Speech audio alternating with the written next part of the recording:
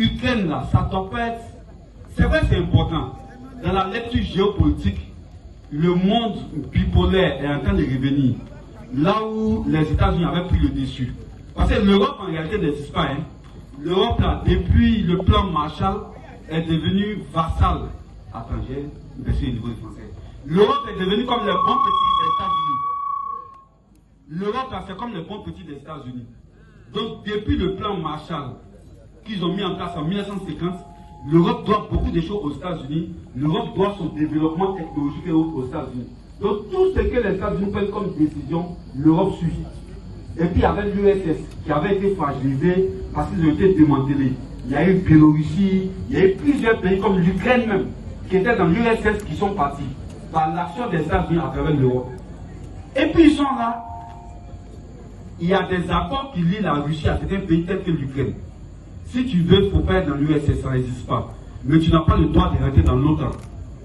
Et puis un matin, il se lève, il dit qu'il faut qu'il rentre dans l'OTAN. Mais ça devient une menace pour la Russie. Donc la Russie est obligée de prendre ses gardes. Parce qu'en acceptant que l'Ukraine rentre dans l'OTAN, les chars des États-Unis se mettent à la frontière de la Russie. Vous voyez ce qu'ils n'ont pas accepté?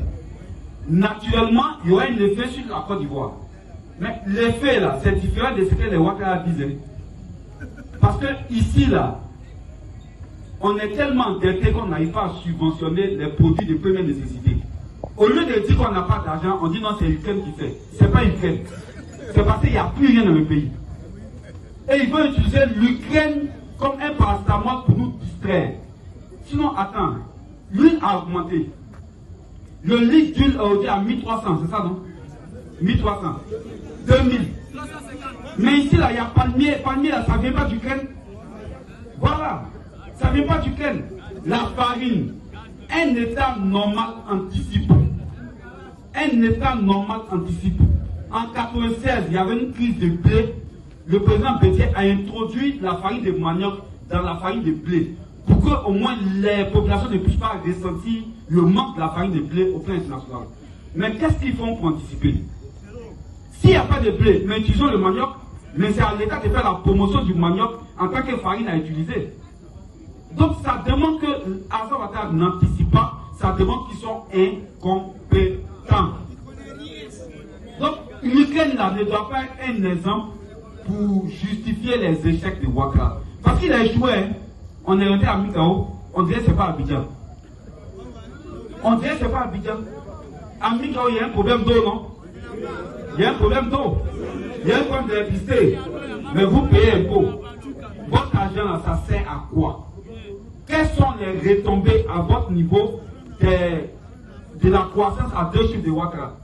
C'est de ça qu'il s'agit. Et c'est contre ça qu'il faut voter. Mais pour voter là, il faut être inscrit sur la liste étoile. Affaire duquel là, c'est vrai, ça existe. Mais souvent j'entends dans le Parlement, il y a des gens qui viennent, des orateurs, mais ils disent des choses, tu dis mais ils sont fous. Il y a un orateur qui est venu ici, j'ai vu la vidéo, il dit Gbagbo était chez Poutine. Je ne sais pas, n'écoutez pas les gens qui disent des choses comme ça. Voilà, soyons concentrés et soyons concentrés, que Dieu vous bénisse.